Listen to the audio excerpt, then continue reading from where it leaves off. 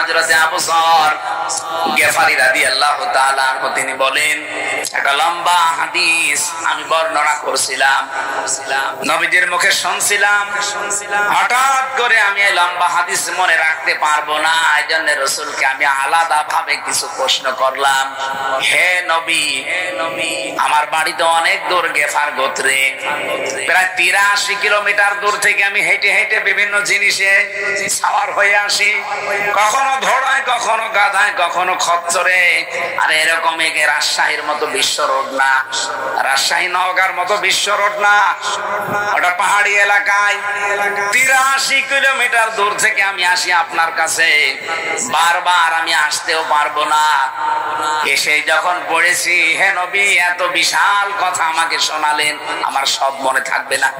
এমন কিছু কথা স্পেশাল ভাবে আমারে বলেন, আমি যেন এটা সারা জীবন মনে রাখতে পারি। বলেন তো হযরতে আবু যরকে এবার রাসূল যে কথা বললেন, শুধু আবু যরের জন্য না, আমরাও আছি। বলেন বলেন। এক নম্বরে নবীজি বললেন, ও সিকম বিতাকওয়াল্লাহ, হে আবু যর পৃথিবীতে যাই করো তুমি আল্লাহকে ভয় করো, এই উপদেশ তোমার জন্য আমি দিলাম। এখন প্রশ্ন আসতে পারে, তো জন্মের পর থেকে শুনছি তাকওয়া আল্লাহ, আল্লাহর ভয়, এ আবার নতুন করে বলার দরকার কি? না, জীবনেও শোনেননি আপনি এই কথা। এই যে রমজান এসেছিল তাকওয়া অর্জন করার জন্য, চলে গেছে, তাকওয়া আপনি পেয়েছেন। এবার আমি বলছি, হযরতে আলী রাদিয়াল্লাহু তাআলা আনহুকে একজন জিজ্ঞাসা করছে, খলিফাতুল মুসলিমিন, আমিরুল মুমিনিন, আপনি বলেন তো যে তাকওয়া কি? তিনি বললেন, 4 জিনিসের নাম তাকওয়া। কয়টা? রমজান এসেছে, তাকওয়া অর্জন করার জন্য চলে গেল। আপনি এবার মিলাবেন এই 4টা জিনিস পেয়েছেন কিনা। যদি পেয়ে থাকেন তাহলে আপনার ভেতরে তাকওয়া আছে, যদি না পান, এখন অর্জন হয়নি, এখন থেকে লেগে পড়বেন। কি কথা কঠিন হয়ে গেল না সহজ লাগছে? এক নম্বরে আল খাউফু মিনাল জালিল, আল্লাহকে যেভাবে না দেখে বিশ্বাস করো না, ওইভাবে না দেখে ভয় করা লাগবে।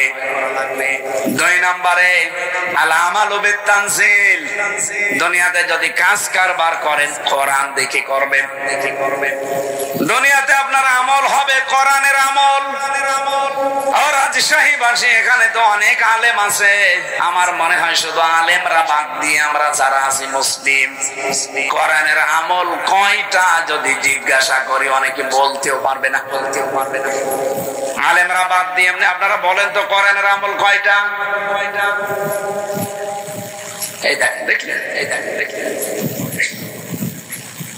আপনি আন্দাজে বলেন তো, দেখি ঠিক হয় কিনা। অবশ্য 4টা, 500 বলছে। ওর তো এখনো 496টা জানা লাগবে, ও মাত্র 4টা বলেছে। কোরআনের আমল কয়টা? আরো জোরে বলেন। সে আমল গুলো কোরআনে নেই। তাহলে উনি যে কোরআন কিভাবে পড়ে, কতটুকু পড়ে আমার বোঝা হয়ে গেছে। যখন 4টা বলেছে, আপনি খুব বেশি হলো না 8টা বলবেন। কয়টা আছে বলেন তো কোরআনে আমল? 500। এর ভেতরে যে সিয়াম গেল, রোজা, এটা একটা মাত্র। এরকম এখনো 499টা আছে। আলেমরা বাদ দিয়ে আপনারা বলতেই পারেন না যে কোরআনের আমল কয়টা, যে কিসের তাকওয়া আপনি অর্জন করলেন। এই জন্য আমল হওয়া লাগবে কোরআন কেন্দ্রিক। আল আমালু বিত-তানজিল, তানজিল বললাম কেন? কোরআন শরীফের ভেতরে মহান আল্লাহ কোরআনের নাম দিয়েছেন 55টা। কয়টা? বলেন। এর ভেতরে অন্যতম নাম হচ্ছে 5টা। আল কোরআন, আল ফুরকান, আল কিতাব, আজ জিকির, আত তানজিল। এই যে তানজিল কিসের নাম? কোরআনের। বলেন। না, কথা বলে তো শান্তি পাচ্ছে না। আপনারা কি ঘুমিয়ে পড়লেন? বললাম না ক্লাস আকারে বলবো, জবাব দেবেন ছাত্রের মতো। কোরআনের যে 55টা নাম, অন্যতম নাম 5টা, তার ভেতরে 5 নাম্বার কি? এই জন্য হাদিসের প্রথম ভাষা, দ্বিতীয় ভাষা আল আমালু বিত-তানজিল। আপনি যদি আমল করেন তো কোরআন অনুযায়ী করবেন, কারণ আমান আমিলা বিহি উজিরা, যারা কোরআনের আমল করে তাদের পুরস্কার আল্লাহ নিজের হাতে দান করবেন। এই যে মাসটা চলে গেল, এটা কিসের মাস বলেন তো? বলেন বলেন। রমজান। রোজা রাখা এটা একটা ফরজ কাজ, কোরআনের নির্দেশ, কোরআনের আমল। কোরআনের এই আমল যারা দুনিয়াতে সত্যি হক আদায় করে করতে পেরেছেন, আল্লাহর কসম যে পুরস্কারটা এটা আল্লাহ নিজে দেবেন। এই জন্য আস-সাওমুলি ওয়া আনা আজিসি বিহি বা ওয়া আনা উজিসা বিহি। আল্লাহ বলেন, এটা হাদিসে কুদসি, রাসূলকে দিয়ে আল্লাহ বলাচ্ছেন, আপনি বলেন রোজা আমার জন্য, আর রোজার পুরস্কার আমি নিজে দেব, অথবা আমি নিজে হয়ে যাব। আপনি হাদিসটা পড়ার সময় দেখেছেন আস-সাওমুলি কি আসিয়ামুলি আছে? আসিয়াম আর সাওমের ভেতরে আকাশ পাতাল পার্থক্য। এবার আলেমদেরকে বলছি, আসিয়াম একটা জিনিস, আর সাওম আর একটা জিনিস। আসিয়াম কাকে বলে, আর সাওম কাকে বলে? হাদিসের ভাষা যেহেতু সাওম, আসিয়াম না। কোরআনের ভাষা সিয়াম। কুতিবা আলাইকুমুস সিয়াম কামা কুতিবা আলাল্লাযিনা মিন ক্বাবলিকুম। তোমাদের উপরে সিয়াম আমি লিখে দিলাম, ফরজ করে দিলাম না, সাওম লিখে দিলাম? সিয়াম। বলেন বলেন, কি লিখেছে? সিয়ামের নিয়ম হচ্ছে কন্টিনিউ, ধারাবাহিক, একটার পরে আরেকটা আসতে থাকে। এটা শুধু আমাদেরকে আল্লাহ দেয়নি, এর পূর্বে যত উম্মত দুনিয়া থেকে বিদায় নিয়েছে প্রত্যেকের উপরে এটা ফরজ ছিল। এর পরে আরেকবার আসতেই থাকে। তাদের সিয়ামটা ধরন আলাদা ছিল। এর আগে যারা রোজা রেখেছিল তাদের রোজার ধরন আলাদা ছিল। হযরতে মারিয়াম আলাইহিস সালাম তিনি রোজা রেখেছিলেন, তার রোজা রাখা অবস্থায় খাওয়া দাওয়া করা যেত, পান করা যেত, কিন্তু কথা বলা যেত না। সূরা মারিয়ামের ভেতরে আছে। তাহলে মারিয়াম আলাইহিস সালামের রোজার সিস্টেম ছিল, কথা বলা যাবে না, বাকি সব কাজ। না আমি শেষ করি না। আরে ঠিক আছে, মানে কথা বলে না, জবাব দেওয়া লাগবে না, তাকবীর লাগবে না, এরা বোঝে কিনা এটা আসলে এই কথা বোঝার মতো যে মাল ম্যাটারেস লাগবে সেটা মনে হয়। মনোযোগ দিয়ে শুনছেন না? আলহামদুলিল্লাহ। আসিয়াম আস-সাওম, এই ব্যাখ্যাটাই কথা বলছিলাম। সিয়াম যদি আপনি পালন করতে চান, 4টা বিষয় আপনার ভেতরে থাকতে হবে। 1 নম্বরে আপনি খাবার খেতে পারবেন না, 2 নম্বরে পানি খেতে পারবেন না, 3 নম্বরে জায়েজ স্ত্রী থাকার পরও ব্যবহার করা যাবে না, 4 নম্বরে আল্লাহর হারাম কাজগুলো বর্জন করা লাগবে। কয়টা? বলেন বলেন। এই 4টা বিষয় যদি আপনি পুঙ্খানুপুঙ্খানু ভাবে মানতে পারেন তাহলে ওইটা হবে সিয়াম, থাকবে না, ওটা হয়ে যাবে সাওম। নবীজি বলেন এই সাওম যদি কেউ আদায় করে এটা তখন আল্লাহর জন্য হয়ে যায়। আস-সাওমু লি ওয়া আনা উজসা বিহি ওয়া আনা আজিজি বিহি। আল্লাহ বলেন সিয়াম যেহেতু আমার জন্য, মানুষ সাওম আমার জন্য রাখে, এর পুরস্কার আমি আল্লাহ নিজে দেব, অথবা আমি নিজে এর পুরস্কার হয়ে যাব। রোজাটা এটা কোরআনের আমল কিনা বলেন তো? কোরআনে না থাকলে আমরা এটা করতাম? বলেন বলেন। কত কষ্টের রোজা, 12-14 ঘন্টা 15 ঘন্টা প্রায় না খেয়ে থাকা লাগে। আমি রমজানের নয় রোজাতে সম্ভবত গিয়েছিলাম বাইরের দেশে। প্লেনে যখন যাচ্ছিলাম কমপক্ষে 3.5 ঘন্টা 4 ঘন্টা লাগবে যেতে। আমরা সেহরি খেয়ে উঠেছি, যত যাই তত আমাদের সময় বাড়তে থাকে। এদেশে যদি থাকতাম 12 ঘন্টা 14 ঘন্টা হলে আমার রোজা হয়ে যেত। এই 14 ঘন্টার সাথে যদি আরো 3.5-4 ঘন্টা বেড়ে যায়, কত ঘন্টা হয়? 18 ঘন্টা আমার রোজা রেখেছিল আমি ওই দিন, আর আসার দিনও। তাহলে এত ঘন্টা রোজা রেখে কষ্ট করলাম কেন? কারণ আমি পুরস্কার চাই আল্লাহর হাতে। পৃথিবীর একটা মাত্র ইবাদতের পুরস্কার আল্লাহ আমার নিজের হাতে দান করবে। ফেরেশতাদের, রাসূলদের, নবীদের দিয়ে দেবে না, দেবে কে? আরো আরো জোরে বলেন। আপনার ভেতরে তাকওয়া আছে কিনা এটা আপনি বুঝবেন ওই সময় যখন আপনার দুনিয়ার আমলগুলো হবে কোরআনের আমল। কোরআনে কারিমে 500 আমল আল্লাহ দিলেন, সবচাইতে বড় আমল দিয়েছেন আল্লাহ, আন আকিমুদ্দিন, তোমরা দিন কায়েম করো। এটা যত নবীকে আল্লাহ পাঠিয়েছিলেন বড় বড় নবীদের উপরে এই নির্দেশ দিয়েছিলেন, ওয়ালা তাতাফাররাকু ফি, আর এই বিষয়ে কোনো মত পার্থক্য করবা না। আমি কোরআন শরীফ পড়ে দুইটা বিষয়ে মত পার্থক্য পেয়েছি, হারাম নিষিদ্ধ। একটা ওয়াতাসিমু বিহাবলিল্লাহি জামিয়া ওয়ালা তাফাররাকু, কোরআন একসাথে ধরবা আঁকড়িয়ে। বলেন তো আল্লাহ ওয়াতাসিমু দিয়েছেন, আলেমরা খুজু দিলেও তো অর্থ হয়েছে তো যে তোমরা ধরো। ইহতিসাম দিলেন কেন? খুজু আর ইহতিসামের ভেতরে আকাশ পাতাল পার্থক্য আছে। আল্লাহ শুধু যদি ইহতিসাম দিতেন যে ধরো, তাও তো আর কিছু বলা লাগে না। বিহাবলিল্লাহ দিলেন কেন? আবার জামিয়া দিয়েছেন, আবার এরপরে ওয়ালা তাতাফাররাকু ফি, এত কথা বলা লাগতো না আল্লাহর। কোরআন শরীফ ধরার ক্ষেত্রে সবাই মিলে ধরা লাগবে, কোন মত পার্থক্য, কোন ভেদাভেদ, কোন মত মানে মত নৈক্য, এমনকি দলাদলি করা, ফতোয়াবাজি করা এই জায়গায় জায়েজ নেই। আর দিন কায়েমের জন্য যখন সবাইকে আল্লাহ নির্দেশ দিলেন যে দিন কায়েম করো, এখানে কোনো মত পার্থক্য, দলাদলি, কোনো ফতোয়াবাজি করবা না। এই দুইটা জায়গায় দলাদলি করা, মত পার্থক্য করা হারাম। আর আমরা এই দুইটা জায়গায় সবচাইতে বেশি দলাদলি করি। কোরআনের কাছে আসতে বললে মানুষ না, কত তাল বাহানা। দিন কায়েমের কথা বললে কত রকমের উল্টাপাল্টা ফতোয়া। কত মানুষ তো অলরেডি বলে ফেলেছে এই কথা যে কোরআনের সাথে এই যে দিন কায়েমের কথা যারা বলে এরা ধর্ম ব্যবসা করে, ধর্মকে পুঁজি করে নাকি আমরা ব্যবসা করি। বলেন নাউজুবিল্লাহ। এরা যদি কেউ বুঝে শুনে বলে থাকেন, আপনি আমাকে বলেননি, আপনি সরাসরি বলেছেন আল্লাহকে, কারণ আল্লাহ এই আয়াত নাযিল করেছে। এই কথা বলেন না কেন? আলালাহুল খালকু ওয়াল আমরু, আয়াতটি আমার বানানো, আল্লাহ নাযিল করা। ইনিল হুকমু ইল্লা লিল্লাহ, এটাকে আমার বানানো না নাযিল করা।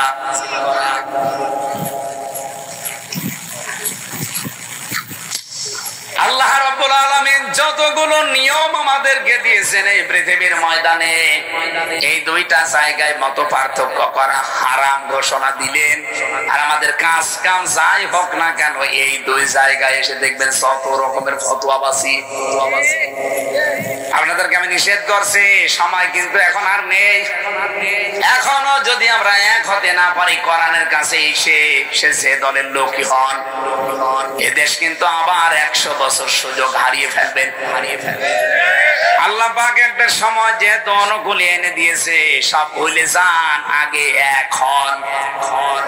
আগে এক হয়ে দেখেন আয়াতটা মেনে, সূরা আলে ইমরানের 102 নম্বর আয়াত একটু মেনে দেখেন। আল্লাহ পাক আমাদের আয়াতের পরবর্তীতে যতগুলো উপকারের কথা বলেছেন, মাস্ট বি ওগুলো আমাদের দেবেই।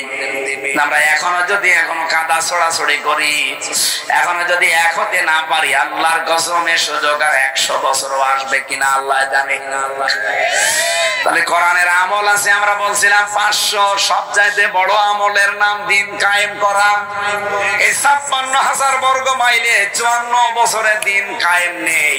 এই জন্য আজ হাজারো বক্তা, হাজারো আলেম, হাজারো খতিব ইমাম, আমরা শুধু ফতোয়া দিতে পারি, কিন্তু কাঙ্ক্ষিত মানের শান্তি আজও জাতিকে দিতে পারি নাই। কোরআনের বিধানগুলো যদি কায়েম থাকতো, কাঙ্ক্ষিত মানের শান্তি আপনি দেখাতে পারতেন। আমি 19 সালে একটা ফতোয়া দিয়েছিলাম কুষ্টিয়ায় আমার গ্রামে, জেনার ফতোয়া। একজন মহিলা, তার স্বামী বিদেশে আছে, বিবাহিতা, অন্যের কাছ থেকে একটা সন্তান পেটে ধারণ করেছে। এটা কি বোঝেন নাকি? অন্যের সন্তান পেটে ধারণ করে এসে ওই পাশের বাড়ি তার সম্পর্কে দেবর হয়, এসে বলছে এই ছেলের মালিক তুমি। ছেলের মালিক আমি মানে তোমার স্বামী থাকে বিদেশে, আমি কিভাবে? হ্যাঁ তুমি। বাকিটার বললাম না। ফতোয়া শেষ পর্যন্ত কোরআন হাদিস দেখে দেখলাম যে এটা যেহেতু জেনার বিচার, কিসে থেকে তো আর মরিয়মের মতো জিবরাইল ফু দিয়ে সন্তান বানিয়ে দেয়নি কি? কারো না কারোটা গেছে। কথা বলে না কেন? মহিলা যার নাম বলছে ওই লোকটাকে রিমান্ডে নিয়ে পরবর্তীতে একটু পিটানো হয়েছে। বলছে ঠিক আছে, কি করব, আমার সাথে দিয়ে দেন। তার মানে ধরা যখন পড়ে গেছে, এখন আমি বললাম এর বিচার হচ্ছে এই বিবাহিত মানুষেরা যদি জেনা করে তাহলে তাদের বিচার হচ্ছে মাটির ভেতরে বুক পর্যন্ত পুঁতে ফেলবেন, এরপরে পাথর, ইট, খোয়া এগুলো মেরে ফেলবেন। আরে ভাই চিল্লান পরে, আগে বাস্তবে বসে এ ফতোয়া দিয়ে শেষ। এরপরে তো 20 সালের পরে আমি ছেলে, 3 বছর কেটে গেল। গ্রামে তো 2 ভাগ হয়ে গেছে। কিছু কিছু মানুষ আমার উপরে রাগ করে আছে যে হুজুর ফতোয়া দিলে ছেলে চলে গেল। অথচ যে মানুষগুলো এখন আমরা 2 ভাগ গ্রামে, কিছু মানুষ একেবারে আল্লাহর কসম কেটে বসে আছে যে আমরা ওদের সাথে আর মিলবো না, মিশবো না। আর ওরাও একেবারে কসম কেটে বসে আছে। মসজিদ পর্যন্ত আলাদা করে ফেলিস, পাড়া 2টা হয়ে গেছে। জেল থেকে বের হয়ে বাড়িতে গেলাম, প্রথমে কিছু বলে নাই। কয়েক মাস যাওয়ার পরে দেখি গুঞ্জন শুরু হয়েছে যে উনি খালি ফতোয়া দিয়েছিল, অথচ কাজটা যেটা বললো ওটা তো উনি করলো না। আমি বললাম এদেশে কি কোরআনের আইন প্রতিষ্ঠিত আছে? আমার দায়িত্ব ছিল শুধু ফতোয়া দেওয়া, কার্যকর করার দায়িত্ব আমার না। যদি আমি ওই সময় 19 সালে বলতাম যে ঠিক আছে মাটির ভেতরে পুঁতে এদেরকে পাথর মেরে সঙ্গে সার করো, ওদের সঙ্গে সার করার আগে আমারে করতে। আমি কিছু করি নাই, তারপরও পুলিশ ধরে 3 বছর আটকে রেখেছে। আর ওই সময় যদি ফতোয়া কার্যকর করে দিতাম, ওই সময় যে প্রশাসন ছিল আপনি টের পাচ্ছেন, সঙ্গে স্যার ওই মহিলা না কে হইতো আমার দিয়ে আরম্ভ করতো, তোরে আগে সঙ্গে স্যার করি, ফতোয়া দিবি দে, কার্যকর করার ক্ষমতা তোর আছে। আমি এই দিন এই গ্রামে এই মীমাংসা হয়ে গেল। বললাম দেখেন ওই সময় ফতোয়া দেওয়ার ক্ষমতা আমার ছিল, কিন্তু কার্যকর করার ক্ষমতা ছিল না, কারণ আমার পেছনে কোনো ব্যাকআপ ছিল না। আমার হাতের ভেতরে কোনো আইন নেই। আমি যে আইনটা কার্যকর করে দেখাবো সে ক্ষমতা, শক্তি, পাওয়ার কিছুই আমার নেই। আমার মুখ আছে, আমি জানি কোরআন শুধু ফতোয়া দিতে পারি। আমরা যে কাঙ্ক্ষিত মানের শান্তি, এই যে জেনা ব্যভিচার, আসিয়ার মতো মেয়েকে আমরা ধর্ষণ থেকে বাঁচাতে পারলাম না, জীবনও পারবেন না যতদিন পর্যন্ত কোরআনের এই আমল 500 এই বাংলার জমিনে কায়েম না হবে। আর এটার কথায় যখন আমরা খোলাখুলি ভাবে বলতে চাই, তখন আমাদেরকে বলে না এরা রাজাকার। স্বৈরাচারের বানানো কোন শব্দ বাংলাদেশে আর চলবে না।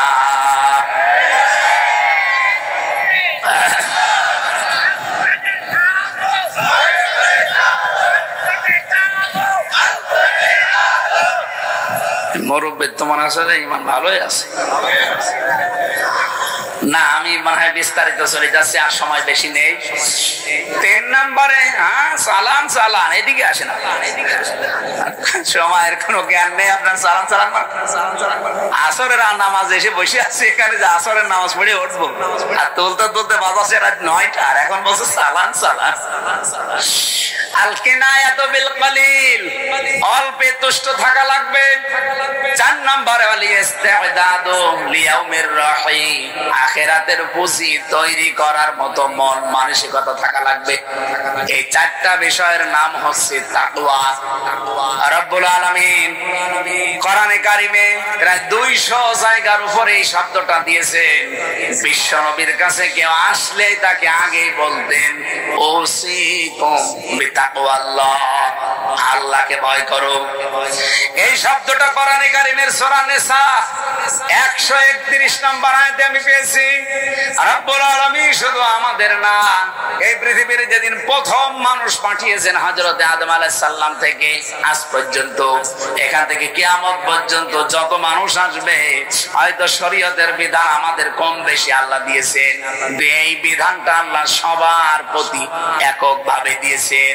ওয়ালাকাদ ওয়াসাইনাল্লাযীনা উতুল কিতাবা মিন ক্বাবলিকুম ওয়া ইয়্যাকুম আনিত্তাকুল্লাহ।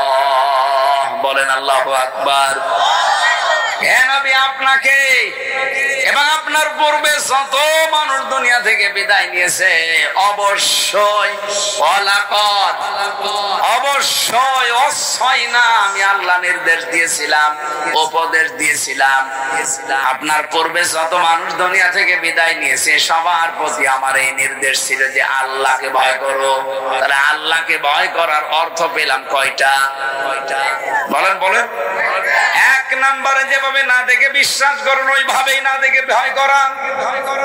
দুই নম্বরে কোরআনের আমলগুলো দুনিয়াতে আপনি করবেন। তিন নম্বরে অল্পে তুষ্ট থাকবেন। এটা আজ বাংলাদেশে ছিল না, এই জন্য দেশটা ফোকলা হয়ে গেছে। এক একজনের বাড়ি শুনলাম 620টা। এই যে কয়েকদিন আগে সিঙ্গাপুর মালয়েশিয়া ছিলাম, দেখি যে হোটেলেই নামি দেখি 2 শয়তান বসে চা খাচ্ছে। কি গো হুজুর, আমরা আগেই পালিয়েছি। কেন? এদেশে তো সাহেব পাড়া বানিয়েছেন, মালয়েশিয়া ওরা সাহেব পাড়া বানিয়েছে, কানাডায় বানিয়েছে বেগম পাড়া। এখানে আপনি থাকবেন, হোটেলে থাকবেন, কারণ আপনি থাকতে পারেন না, আপনার নিজের বাসা আছে, ওখানে থেকে মার খাবো। বাংলাদেশের 20 লাখ মানুষ আছে এই মালয়েশিয়ায়। সাহেব পাড়া বানিয়েছি, এখন যদি ওখানে থাকি পিটিয়ে মেরে ফেলবে। এই জন্য চুরি করে আসি হোটেলে, নিচে নামি না, মাঝে মাঝে চা খাওয়ার জন্য নামি। এই যে নেমে আপনার সাথে দেখা, আপনি যেন আবার কিছু বললেন না। ভালো মানুষকে বলছে আপনি যেন বললেন না। অল্পে যদি এই মানুষগুলো তুষ্ট থাকতে পারতো, সন্তুষ্ট হতে পারতো, আল্লাহর কসম মরণের আগ পর্যন্ত দেশের ক্ষমতা তাদের হাত থেকে যেত না।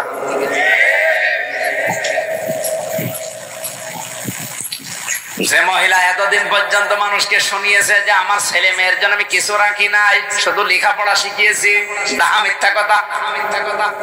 তার নিজের ছেলে জয়, তার নিজের মেয়ে পুতুল, তার নিজের বোন রেহেনা, তার নিজের বোনের মেয়ে টিউলিপ, ববি, আজ্জাজ, যতগুলো আত্মীয় স্বজনের দিকে তাকান, কত কোটি টাকার মালিক যে তারা, ফেরেশতারাও জানে না। শুধু এই যে পাবনার রূপপুর থেকে ওনার ছোট বোন যেটা রেহানা, ৭৬,০০০ কোটি টাকা একটা প্রকল্প থেকে নিয়েছে। বলে তো এক জায়গা থেকে যদি এত নিতে পারে, তার বাকি জায়গা কি অবস্থা? যেটারে আল্লাহর ওলি মনে করতাম দরবেশ, ওইটা ৩৬,০০০ কোটি টাকা চুরি করিস। দরবেশ যদি এই ঘরেতে ধরবেশ, যেগুলো দরবেশের ভল ধরেছিল, ওইগুলোর অবস্থা কি?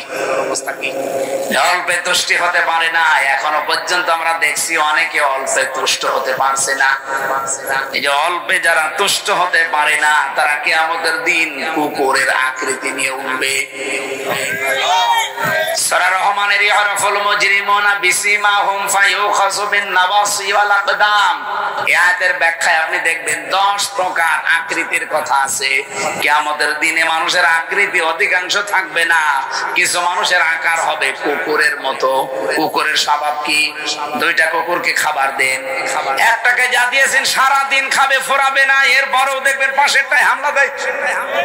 এক কথা বলছেন না কেন? এই বাংলাদেশে যারা চাঁদাবাজি করে, যারা ছিনতাই করে, তাদের যা সম্পদ আছে আমি তো জানি, বরণ পর্যন্ত খেলেও ফোরাবে না, এর বড় দেখেন জনগণেরটাই হামলা দেয়। আজকে মাগুরায় দিয়েছে। কথা বলছে না কেন? বানিয়ে বলছে। ওই যে সংবাদ সম্মেলন পর্যন্ত আজকে করেছে। চাঁদা চেয়েছিল যে চাঁদা দেওয়া লাগবে। কেন? আপনিও দেশের নাগরিক, আমিও দেশের নাগরিক, আপনাকে চাঁদা দেবো মানে দিতে রাজি হয়নি, ঘর বাড়ি ভেঙে দিয়েছে। সেই মানুষগুলো এগুলো করছেন, আপনি তো অল্পে তুষ্ট হতে পারেননি। যারা চাঁদা চাইতে গিয়েছিলেন, আপনি কি ফকির? আপনার বাবার যা আছে আপনি তো মরণ পর্যন্ত খেয়ে ফোরানোর কথা না। এর বড় যারা এই কাজ করলেন, আল্লাহর কসম করে বলছি, কিয়ামতের দিন আপনি যতই নামাজ পড়েন, তাহাজ্জুদ পড়েন, হজ করে আসেন আর উমরা করেন, আপনার উমরা তো উমরা না, এটা সেলফি উমরা। এখন অধিকাংশ যারা উমরায় যায় দেখেন আগে সেলফি করে, বিমানবন্দরে এই পোশাক পরে বলে আমি সেলফি তুলেছি, এই যে আমি উমরায় যাচ্ছি, কাবা শরীফ সামনে নিয়ে সেলফি তোলে। আরে ভাই, ওখানে আল্লাহর মহব্বতে মানুষ গদগদ হয়ে যাবে না, ও সেলফি তুলতেছে। ওটা কি হাসি না সেলফি হাসি?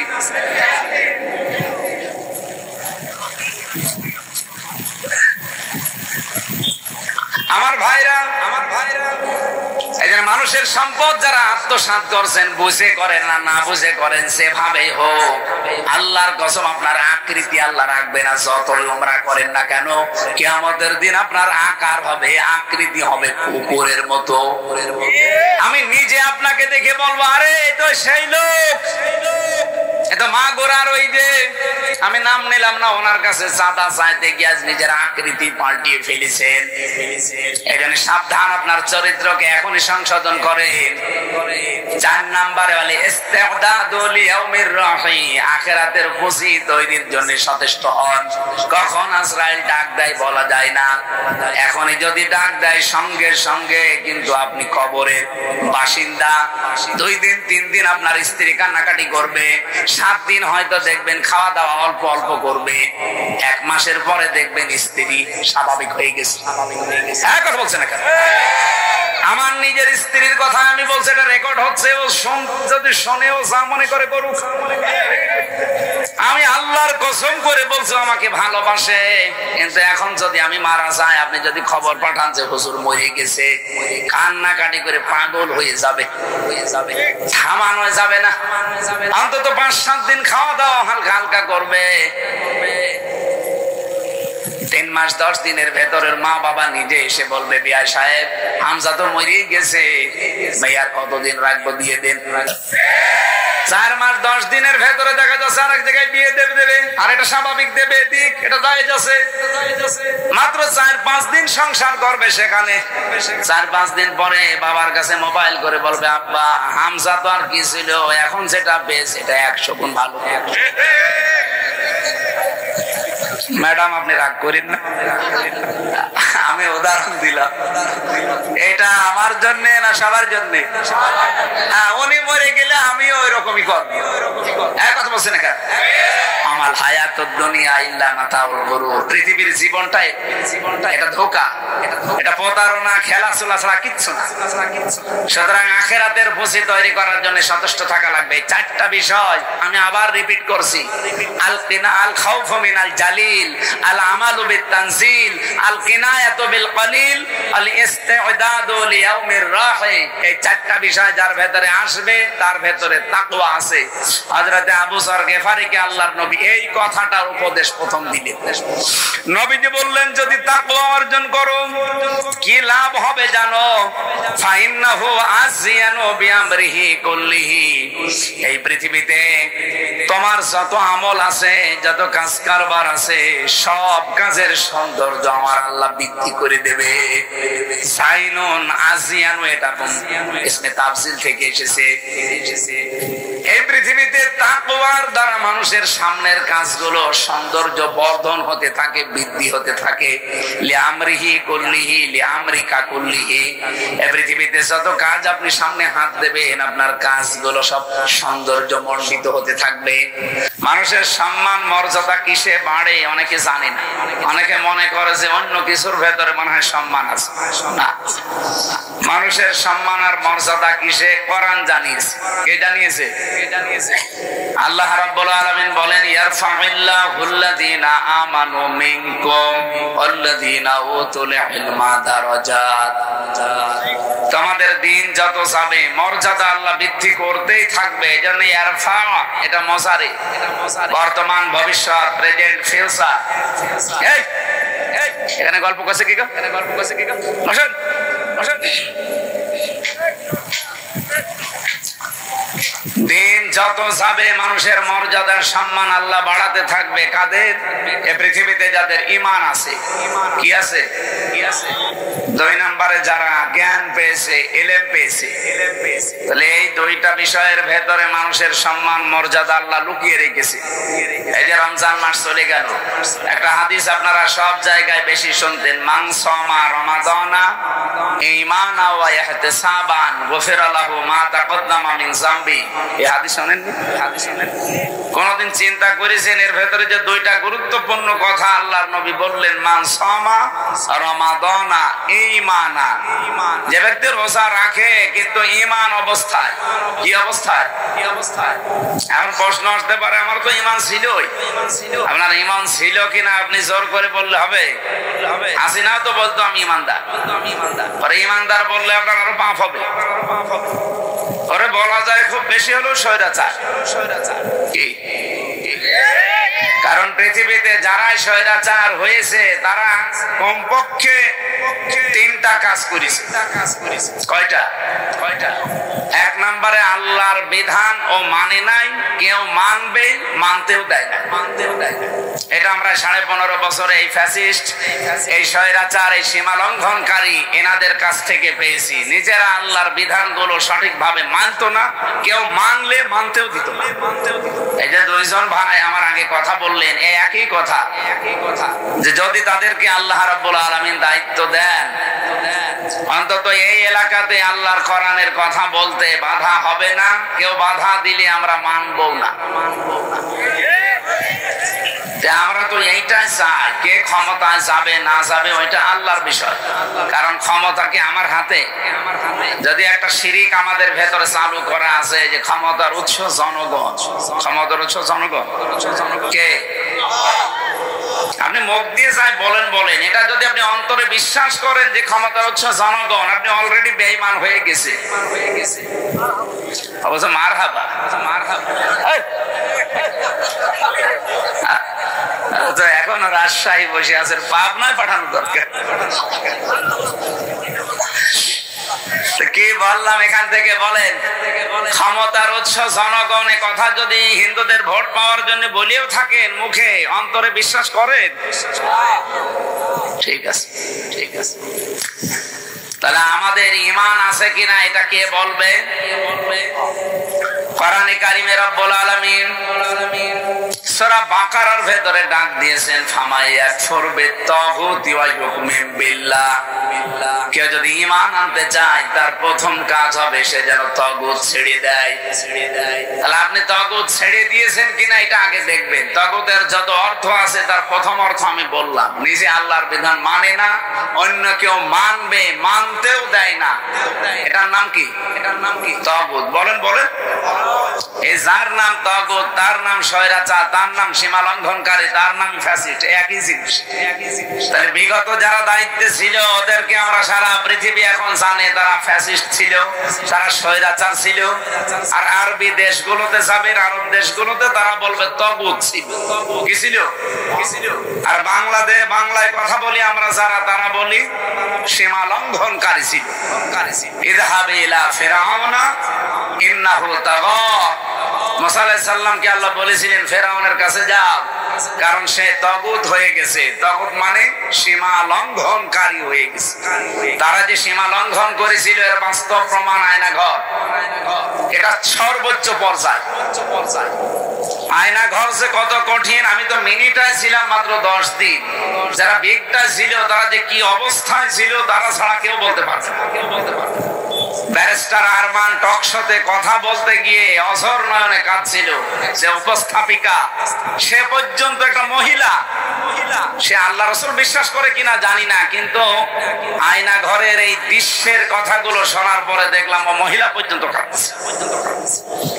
বলেন তো, একটা কথা শোনার পরে চোখ দিয়ে পানি চলে আসে, তাহলে যে লোকটা এটা ফেস করেছে সে কি অবস্থায় ছিল? আমি বললাম না, আমি তো ছোটটাই ছিলাম, তাই যদি আমার জীবন শেষ হয়ে যায়, তাও মাত্র ছিলাম 10 দিন। এরপরে তো আমার জেলখানায় দিয়ে দেয় 3 বছর। আর যারা 9 বছর 10 বছর 14 বছর পড়েছিল একাধারে, 3.5 হাত এদিকে, এদিকে 1.5 হাত, তাও সামনে একটা টয়লেট দেওয়া, পায়ে আবার শিকল বাঁধা। আপনি ভাবতে পারেন? নিজেকে আপনি দাঁড় করান তো ওই জায়গায়, কেমন লাগে আপনার? এখনো পর্যন্ত অনেকে জালেমের সাফাই গায়, ও মানুষ, ও তো জানোয়ারের দায়িত্ব খারাপ।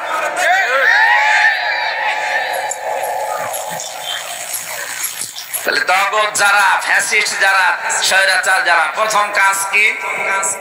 নিজে আল্লাহর বিধান মানে না, অন্য কেউ মানবে, মানতেও বলেন বলেন। 2 নম্বরে জনগণের জন্য এমন এমন আইন তৈরি করে যেটা জনগণকে শুধু কষ্টই বৃদ্ধি করে। 15.5 বছরের প্রমাণ আমি নাম নিলাম না। আপনি দেখেন যতগুলো আইন বানিয়েছিল কোনটা মানুষের উপকারের জন্য? সবগুলো মানুষের কষ্ট দেওয়ার জন্য। সে নিজের দলের লোক হোক, বিরোধী দলের লোক হোক, কিভাবে মানুষ কষ্ট পাবে সেই কাজ করতো। এটা স্বৈরাচারের 2 নম্বর ধাপ। 3 নাম্বার, হযরতে মুসা আলাইহিস সালামকে লক্ষ্য করে ফেরাউন বলেছিল, দারুনি আকতুল মূসা ওয়ালিয়াদু রাব্বা, আমাকে ছেড়ে দাও, আমি মুসাকে হত্যা করব। ও রাজশাহীবাসী, এটা রেকর্ড হচ্ছে, ভালো করে শোনেন। ফেরাউনের লস্কর, তার প্রশাসন, তার গোয়েন্দা বিভাগ, তার বিচার ব্যবস্থা ছিল না? ছিল না? আরো জোরে বলেন। তার তো সব ছিল। সে নিজে কেন বললো আমি হত্যা করব? আমি নিজের হাতে মুসাকে হত্যা করবো, এই কথা বললো কেন? কারণ স্বৈরাচার যারা হয় তারা যখন দেখে যে এটা আমার সিয়ারের বিরুদ্ধে, আমার জন্য হুমকি এটা, তখন সে সরাসরি তাকে নিজের হাতে হত্যা করতে চায়। আপনি বেসর বজলুল হুদা, চুয়াডাঙ্গার আলমডাঙ্গার সন্তান, নাম শোনেননি? আমি ওই সময় জেলে ছিলাম। মেজর বজলুল হুদাকে যিনি পালিয়েছে উনি নিজে নাকি জবাই করেছিল। এখন প্রমাণ পাচ্ছি আমরা। কারণ বিকাল 4টার পরে তো জেলখানার সব রুম গুলো তালাবদ্ধ করে দেয়। এরপরে কখন কি হয় কিছু জানা যায় না। ফাঁসির আদেশ যেদিন হয় ওই দিন শুধু আওয়াজ শোনা যায়, লিল্লাহি তাকবীর, আল্লাহু আকবার। যারা মুসলমান এদেরকে যখন ফাঁসি দিতে নিয়ে যায় তখন এই আওয়াজ করে, তখন কারারক্ষীরা বলে, হুজুর আজকে ফাঁসি হচ্ছে, রাত 10টা 1 বা 12টা 1, এখন ফাঁসি হচ্ছে। সে রাজশাহী বলেন, আমি তো গাজীপুরে ছিলাম, আমি দেখেছি আমার সামনে বহু মানুষকে ফাঁসি দিয়েছি, ওই আওয়াজ শুনতাম শুধু আজকে ফাঁসি হবে। সকালবেলা যখন হাসপাতালে যেতাম দেখতাম যে এই জায়গায় ফাঁসি দিয়েছে। স্বৈরাচার যারা, তাদের 3 নাম্বার যে কাজটা, যেহেতু এই কাজটা উনি নিজে করেছে, তাহলে গত যারা দায়িত্বে ছিল এরা কি ইমানদার না স্বৈরাচার? বলেন বলেন। আপনার ইমান আছে কিনা আপনি এবার বলেন। সাহাবী প্রশ্ন করলেন, হে নবী, আমার যে ইমান আছে আমি কিভাবে টের পাবো? আমার কি জব্বা গায়ে আছে, এইটা দেখে আমি মনে করবো আমার ইমান আছে? আমার দাড়ি বড় বড় হয়ে গেছে, আমি কি এটা দেখে মনে করবো যে আমার ইমান আছে? বিশ্ব নবী বলেন, না। ইদা সাররাতকা হাসানাতুকা ওয়া সাআতকা সাজ্জিআতুকা ফাআনতা মুমিন। যখন তোমার ভালো কাজগুলো তোমাকে আনন্দ দেবে আর অন্যায় কাজ দেখলেই তোমার ভেতর থেকে একটা বাধা আসবে, তখন তুমি বুঝবে তোমার ঈমান আছে। এ পর্যন্ত বুঝেছে? আপনারা যারা 1 মাস রোজা রেখে নিজেকে নিষ্পাপ মনে করছেন যে আল্লাহ সব অপরাধ মাফ করে দিয়েছে, হ্যাঁ, নবীদের কথা 100 ভাগ খাঁটি কথা, 100 ভাগ সত্য কথা। মাপও হয়েছে, হবেও ঠিক, কিন্তু ঈমান থাকা লাগবে। অন্যায় দেখলে আপনার ভেতর থেকে অবশ্যই একটা বাধা আসবে। যদি বাধা না আসে আরো আনন্দ লাগে, বুঝবেন আপনার ঈমান নেই, আপনি বেঈমান। আমি দ্বিতীয় শব্দের ব্যাখ্যায় আর গেলাম না। ইহতিসাব মানে হিসাব করে জীবন চালানো লাগবে। আমি যে কথাটা তুলেছিলাম এখান থেকে এবার ব্যাখ্যায় যাচ্ছি। আজ এখানে আমরা যারা বসে আছি, প্রথম নাম্বারে আমাদের ঈমান আনা লাগবে। যদি সম্মান আর মর্যাদা আল্লাহর কাছে বাড়াতে চান, আর ঈমান হবে তখন ভালো কাজ দেখলে আনন্দ লাগবে, সে যেই করুক। অন্যায় দেখলেই ভেতর থেকে একটা বাধা প্রাপ্ত হবে। কথা বলেন ঠিক কিনা? দুই নম্বরে তাদের মর্যাদা আল্লাহ বৃদ্ধি করেন। আল্লাযীনা উতুল ইলমা দারাজাত। এই পৃথিবীর ময়দানে যারা এলেম পায়, জ্ঞান পায়, প্রশ্ন আসতে পারে এলেম তো আমার আছে, জ্ঞান আমার আছে না। এলেম থাকলে, জ্ঞান থাকলে আপনার মর্যাদা আল্লাহ বাড়িয়ে দেবে, বিষয়টা এমন না। মাওলানা ফরিদ উদ্দিন মাসুদ জ্ঞানী মানুষ, মাওলানা কফিল উদ্দিন সরকার সালেহি জ্ঞানী মানুষ, কিন্তু জ্ঞান অনুযায়ী তাদের আমল ছিল না। কি জ্ঞান অনুযায়ী যদি কেউ কাজ না করে, ওর মর্যাদা বাড়া দূরের কথা, সৃষ্টি জগতের কাছে আল্লাহ তাকে আরো লাঞ্ছিত, অপমানিত করে দেয়। আমি আজকে জমান নামাজ কুষ্টিয়ায় পড়িয়েছিলাম, একটা আয়াতের ব্যাখ্যা আমার সামনে এসেছিল। এদিকে তাকান, এদিকে তাকান। ফাইন্না মা'আল উসরি ইসরা, ইন্না মা'আল উসরি ইসরা। আল্লাহ পাক বলেন অবশ্যই কষ্টের পরে সুখ। আপনি আয়াতের বাংলা অর্থগুলো দেখবেন, এখানে কষ্টের পরে সুখ এ কথা বলার আগে আল্লাহ আলিফ লাম দিয়ে নির্দিষ্ট করে, মারিফা বলা হয় এটাকে, নির্দিষ্ট করে দিলেন কষ্টটাকে। ফাইন্না মা'আল উসরি, এই যে উসরুন মানে কষ্ট, কষ্টটা বলতে গিয়ে আল্লাহ আলিফ লাম দিলেন, তার আগে ইন্না দিলেন। আপনি দেখবেন পৃথিবীতে আয়াতের ব্যাখ্যা আমি যত তাফসীর দেখেছি, মুফাসসিরিন ইকরাম লিখেছেন, দুনিয়াতে কোন মানুষ যদি একটা কষ্ট পায়, মহান আল্লাহ ওই একটা কষ্টের জন্য ইসরা, এটা নাকেরা, ওটা অনির্দিষ্ট, হাজার হাজার সুখ, শান্তি, কল্যাণ, সমৃদ্ধি তার কপালে আল্লাহ লিখে দেন। না, কথা বুঝে তারপর বলবে। এখানে প্রশ্ন ছিল কোরআনের, পৃথিবীতে যদি কি একটা কষ্ট কেউ সহ্য করে, কষ্ট তো কত মানুষ আমরা বিভিন্ন কারণে পাই, যারা এতগুলো সাজানো বাগান রেখে পালিয়ে গেল, কষ্ট তাদের হয়নি, কথা বলছে না কেন? পৃথিবীতে বহু কষ্ট মানুষ বিভিন্ন কায়দায় করে, কিন্তু সব কষ্টের কথা আয়াতের উসরির ভেতরে নেই। কষ্ট পাওয়া লাগবে তিনটা কারণে। কয়টা? কারণ হয় ঘুমাচ্ছে। এক নাম্বার আপনার কষ্টটা হওয়া লাগবে আল্লাহর জন্য, দুই নাম্বারে কষ্টটা হওয়া লাগবে রাসূলের জন্য, তিন নাম্বারে কষ্টটা হওয়া লাগবে মানবতার জন্য। এই তিনটা কারণে দুনিয়ায় যদি একটা কষ্ট কেউ সহ্য করে, আল্লাহ পাক কম পক্ষে তাকে পৃথিবীতে ৭০টা কল্যাণ সুখ দান করবে। আমি নিজের জীবনে এটা প্রমাণ পেয়েছি, অন্যের কথা বাদ দিলাম। ২০১০ সালে যখন জেলখানায় নিয়েছিল মিথ্যা একটা মামলা দিয়ে যে আমি শিবিরের ক্যাডার, রক কেটে বেড়াই,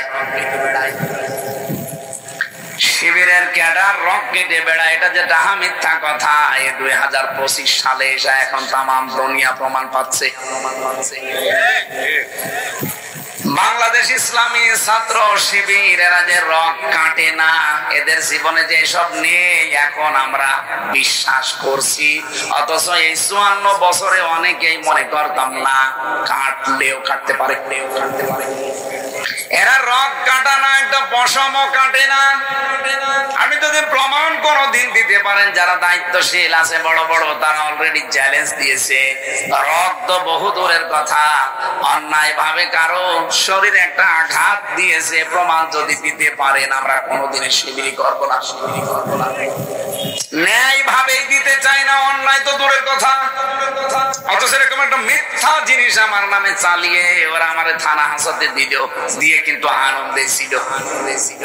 আমি কষ্ট করেছিলাম হয় আল্লাহর জন্য, রাসূলের জন্য, নাই মানবতার জন্য। আমাকে মসজিদ থেকে ধরে নিয়ে এই যে শ মানুষের সামনে দিয়ে হ্যান্ডকাপ দিয়ে মাথায় দড়ি দিয়ে নিয়ে গেল। কত মানুষ দেখে কেউ কেঁদেছে, কেউ হেসেছে। আর যে লোকটা মামলা দিয়েছিল মসজিদের সভাপতি, সে তো খুব খুশি। কি সে শোক পায়নি, সে আনন্দ পেয়েছে। আমি একটা কষ্ট সহ্য করার পরবর্তীতে মহান আল্লাহ ইসরা একটা দুইটা না, আমার মনে হয় ৭০টার উপরে আল্লাহ দুনিয়ায় আমার উপকার অলরেডি করে দিয়েছে।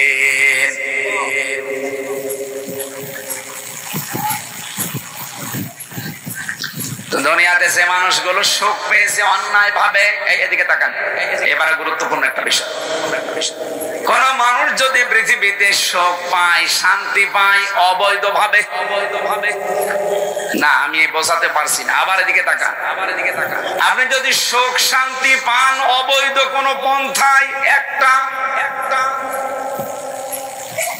এটা আবার রিপিট করছি ভাই, কঠিন বিষয়। পৃথিবীতে যদি আপনি সুখ আর শান্তি অবৈধ ভাবে একটা অর্জন করেন বা ভোগ করেন, একটা শান্তি অবৈধ ভাবে যদি আপনি ভোগ করে যান, এই কারণে ৭০টা কষ্ট দুনিয়াতে আপনাকে আল্লাহ ফেলবে। এই 15.5 বছরে যারা দায়িত্বে ছিল, অনেকে বলে যে সব খারাপ না, অনেকে ভালো ছিল। কে বলেছে ভালো ছিল?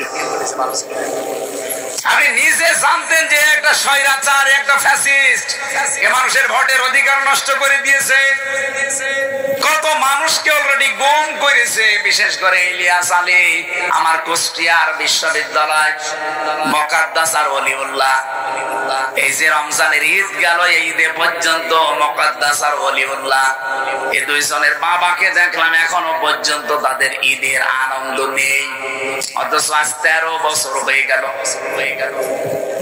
এতদিন পর্যন্ত তাদের কপালে তাদের মা বাবা ভাই বোন যারা, একটার জীবন ঈদের আনন্দ হাসি নেই। এই কষ্টগুলো যারা জানতেন যে এগুলো করছে, বিশেষ করে আমার এই 33 বছর বয়সে 18 বছর থেকে আমি ভোট দিতে পারতাম। 18 থেকে 33 আপনি হিসাব করে দেখেন, আমি 3 বার ভোট দিতে পারি, একবারও পারি নাই। কি পেরেছে? একবার। তার মানে দেশে ভোট হয়েছে একবার তো এমনিতে 154 জন, আর একবার দিনের ভোট রাতে। আর এবার যদি টিকেছে তো ওদের রাতে দিনে না ভোটই হইতো না। এই যে অবৈধ একটা অন্যায় জানার পরও আপনি এমপি হয়ে বিনা ভোটে আপনি সুখে ছিলেন, আনন্দে ছিলেন, আপনি সুখ ভোগ করেছেন, এটা কি বৈধ সুখ না অবৈধ? এই কথা বলেন কিনা বলেন? এরকম অবৈধ সুখ বাংলাদেশে কেউ পায়নি। বলেন হাজার হাজার মানুষ এরকম অবৈধ সুখ পেয়েছে, অথচ মনে করতো না আমি ভালো পথে আছি, আমি তো আর খারাপ কাজ করি না। লূত আলাইহিস সালামের স্ত্রী তো খারাপ ছিল না, কিন্তু সে চরিত্রহীন মানুষদেরকে, খারাপ মানুষদেরকে সাপোর্ট করতো তলে তলে।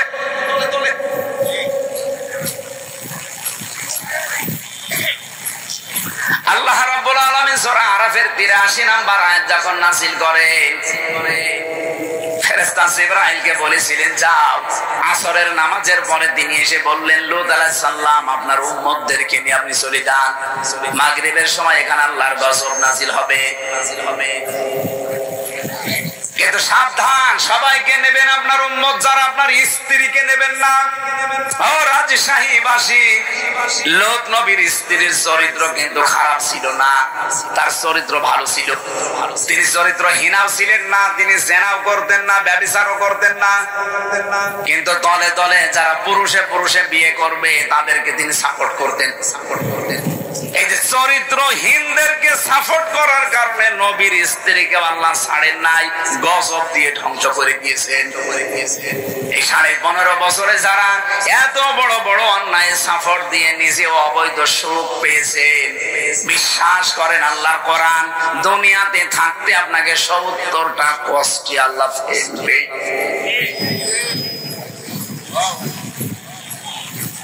আমার মনে হয় ভাই ওয়াজ হয়ে গেছে যদি আপনি বুঝে থাকেন। যারা 15.5 বছর নাই 54 বছরে অবৈধ কোন সুখ পেয়েছেন, শান্তি পেয়েছেন, আপনি লিখে রাখতে পারেন কোরআনের কথা, সূরা আলাম নাসর 5-6 নম্বর আয়াত। পৃথিবীতে আপনাকে আল্লাহ 70টা কষ্টে ফেলবে, আর মরণের পরে কি হবে ওটা কেউ জানে না, এটা এখন যে হচ্ছে আর প্রমাণ লাগবে। যত আশা করে সে আশায় গুড়ে বালি হয়, তার প্রমাণ শেখ হাসিনা। আর আজকে তো পুরাটা বালি করে দিয়েছে ডক্টর ইউনূস। এতদিন যাই হোক একটা আশা ছিল, এই আশা পুরাটা শেষ। 7.5 মাসে প্রায় 27টার উপরে ষড়যন্ত্র করেছে ওখানে বসে বসে, একটাও টেকে নাই। ফেব্রুয়ারিতে একটা টিকানোর চেষ্টা ছিল, ওইটাও টেকে নাই। এপ্রিলে আর একটা হাতে নেওয়ার সিদ্ধান্ত নিয়েছিল, গোপন ষড়যন্ত্র করে যে গোপনে কিছু মানুষকে মেরে ফেলবে, সেইটাও বরবাদ হয়ে গেল। এখনো নিজের জায়গায় থাকবে, তা অবৈধভাবে। আন্তর্জাতিক আদালত হেগে অলরেডি মামলা হয়ে গেছে, হাসিনার ডাক পড়তে পারে। আমরা এই দেশেই দেখেছি একজন মানুষকে হত্যা করলে তাকে হত্যা করে ফেলা হয়, কারণ এই যে ফাঁসি দেয়, 10টা মানুষ মারলেও যায়, একটা মানুষ মারলেও বলেন। আর উনি মানুষ মারার পেছনে যে দায়ী, কমপক্ষে 2024-এ 2734 জন, 2734 জন থেকে 32 থেকে 34-এর একটা হিসাব পেয়েছি আমি, তাও সরকারি হিসাব। 2732 জন মানুষ হত্যা করা ওনার নামে মামলা হয়েছে। একজনের যদি একবার করে ফাঁসি দেওয়া হয়, 2732 বার কমপক্ষে ফাঁসি দেওয়া লাগবে। এতবার ওনার জীবন আছে, এই জন্য তো অপমান গুলো বাড়বে। দিন যত যাবে পৃথিবীর মানুষের প্রতি আল্লাহ ঘৃণা বোধ তৈরি করে দেবে। কিন্তু যে মানুষগুলো অন্যায় ভাবে এই পৃথিবীর ময়দানে অন্যায় ভাবে তাদেরকে দুনিয়া থেকে বিদায় করা হয়েছে, যারা কষ্ট পেয়েছিল আল্লাহর জন্য, রাসূলের জন্য, মানবতার জন্য, দিন যত যাবে মহান আল্লাহ দুনিয়া আখিরাত মিলে তাদের কমপক্ষে 70টা সুখ দান করবে। একটা ভিন্ন আদর্শের লোক আমার আগে যিনি কথা বলছিলেন, উনি তার মাওলানা সাইদি সাহেবের আদর্শের লোক না, উনি ভিন্ন একটা আদর্শের রাজনীতি করে। তারপরও তিনি মরহুম মাওলানা দিলওয়ার হোসাইন সাইদি রহমতুল্লাহ আলাইহির জন্য দোয়া করে গেলেন। তার মতো মানুষ যদি দোয়া করে, দোয়া চায়, আল্লাহ ওয়ালা যারা আছে, তারা যে মানুষগুলো তার আদর্শ মেনে চলে, তারা তো 24 ঘন্টায় তাকে দোয়ার ভেতরে রেখেছে। কথা বলেন না, কারণ তাদের কষ্ট ছিল দুনিয়াতে আল্লাহর জন্য, রাসূলের জন্য, মানবতার জন্য। আর আল্লাহ তাদেরকে অবশ্যই দুনিয়ায় ঈশ্বর সুখ, শান্তি, কল্যাণ অবশ্যই দেবেন, দুনিয়া আখিরাতে মিলে কমপক্ষে 70টা। বাকি কত দেবেন বিগয়রি হিসাব কেউ জানে না, আল্লাহ জানে। আমি আয়াতের ব্যাখ্যায় আর বেশি গেলাম না। আমি যেটা বলতে চাই, আমাদের মর্যাদা বাড়বে তখন যখন আমরা জ্ঞান অনুযায়ী কাজ করব। 2 জন আলেমের নাম বললাম, তাদের আজ কোনো মর্যাদা নেই, তাদের নাম শুনলে মানুষ আজ ঘৃণা করে।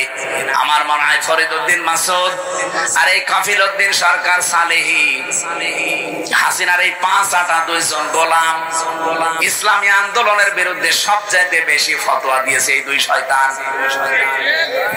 এদেরকে যদি কেউ জনগণ সামনে রাস্তায় পায়, সাপের মতো পিটিয়ে মেরে ফেলবে। এত বড় বড় আলেম, এলেমের বহর তাদের অনেক বেশি, কিন্তু এলেম অনুযায়ী কাজ ছিল না। হাসিনাকে বেহেশতি পর্যন্ত বলেছিল, কথা বলছে না। বেহেশতে আপনার হক আছে, মানুষের বেহেশতে ওর বাপ দাদারও হক দিয়ে দিচ্ছে।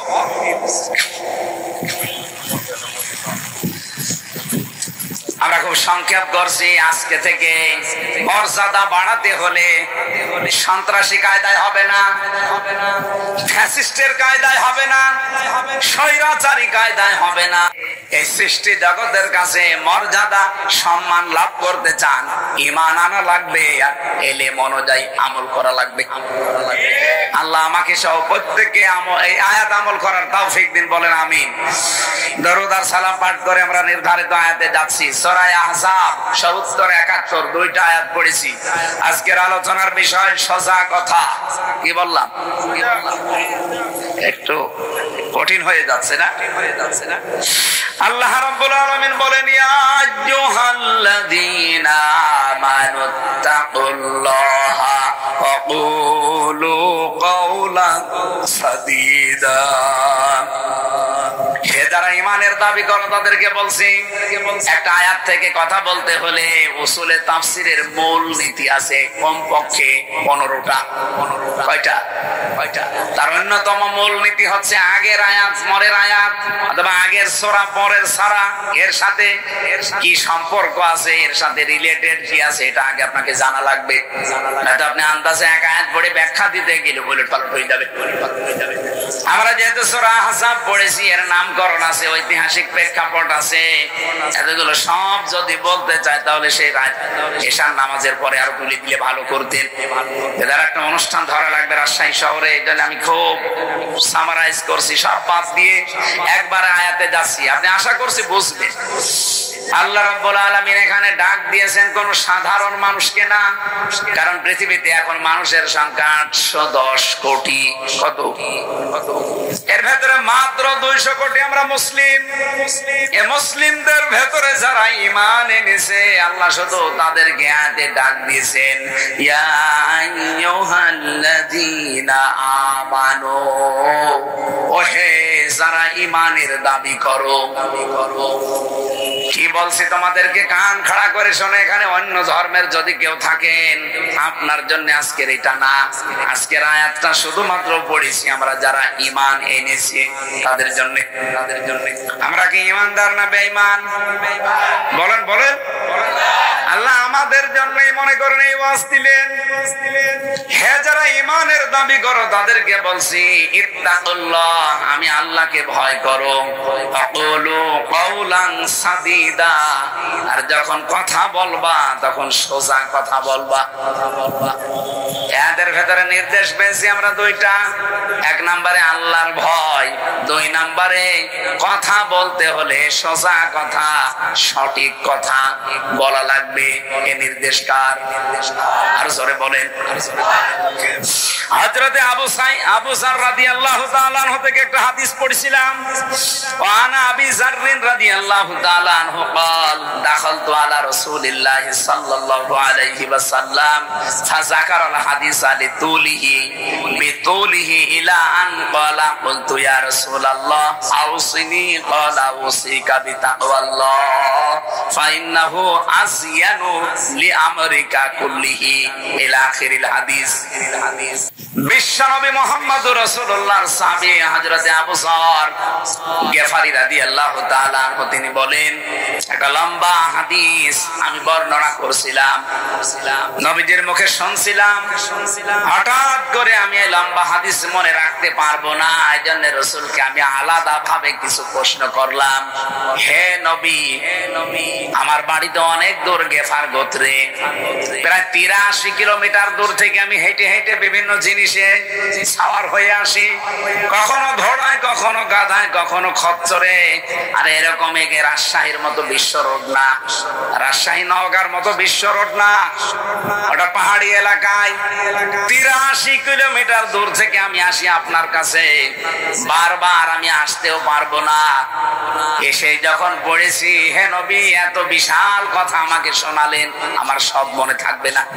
এমন কিছু কথা স্পেশাল ভাবে আমারে বলেন, আমি যেন এটা সারা জীবন মনে রাখতে পারি।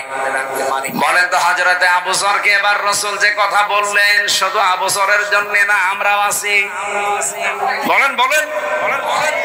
এক নম্বরে নবীজি বললেন, ও সিকুম বিতাকওয়াল্লাহ, হে আবু বছর পৃথিবীতে যাই করো তুমি আল্লাহকে ভয় করো, এই উপদেশ তোমার জন্য আমি দিলাম। এখন প্রশ্ন আসতে পারে, তো জন্মের পর থেকে শুনছি তাকওয়া আল্লাহ, আল্লাহর ভয়, এ আবার নতুন করে বলার দরকার কি? না, জীবনেও শোনেননি আপনি এই কথা। এই যে রমজান এসেছিল তাকওয়া অর্জন করার জন্য, চলে গেছে, তাকওয়া আপনি পেয়েছেন। এবার আমি বলছি, হযরতে আলী রাদিয়াল্লাহু তাআলা আনহুকে একজন জিজ্ঞাসা করছে, খলিফাতুল মুসলিমিন, আমিরুল মুমিনিন, আপনি বলেন তো যে তাকওয়া কি? তিনি বললেন, 4 জিনিসের নাম তাকওয়া। কয়টা? রমজান এসেছে তাকওয়া অর্জন করার জন্য চলে গেল, আপনি এবার মিলাবেন এই 4টা জিনিস পেয়েছেন কিনা। যদি পেয়ে থাকেন তাহলে আপনার ভেতরে তাকওয়া আছে, যদি না পান, এখনো অর্জন হয়নি, এখন থেকে লেগে পড়বেন।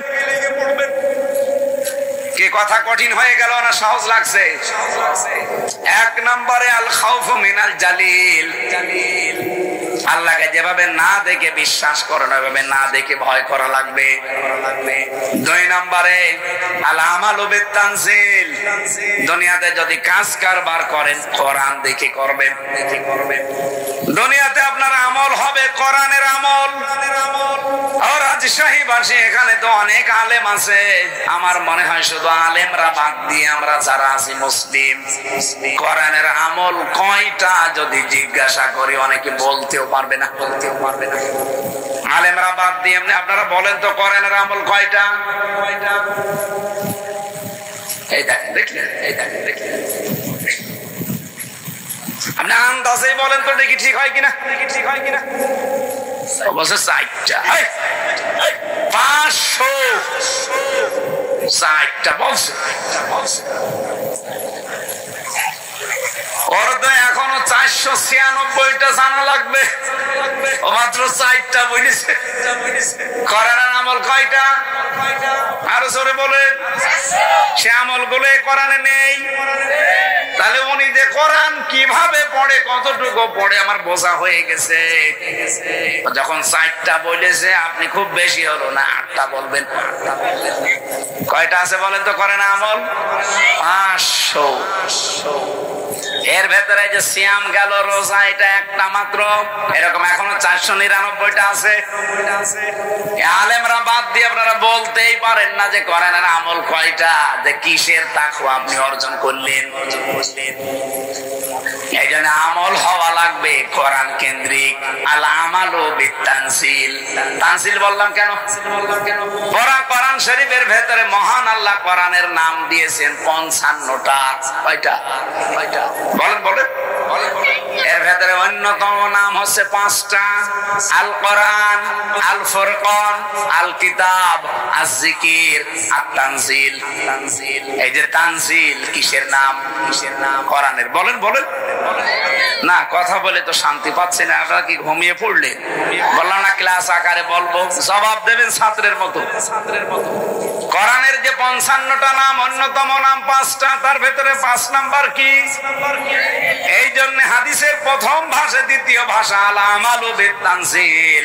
আপনি যদি আমল করেন তো কোরআন অনুযায়ী করবেন, কারণ আমান আমিলা বিহি উজিরা, যারা কোরআনের আমল করে তাদের পুরস্কার আল্লাহ নিজের হাতে দান করবেন। এই যে মাসটা চলে গেল, এটা কিসের মাস বলেন তো? বলেন। রমজান, রোজা রাখা, এটা একটা ফরজ কাজ, কোরআনের নির্দেশ, কোরআনের আমল। কোরআনের এই আমল যারা দুনিয়াতে সত্যি হক আদায় করে করতে পেরেছেন, আল্লাহর কসম যে পুরস্কারটা এটা আল্লাহ নিজে দেবেন।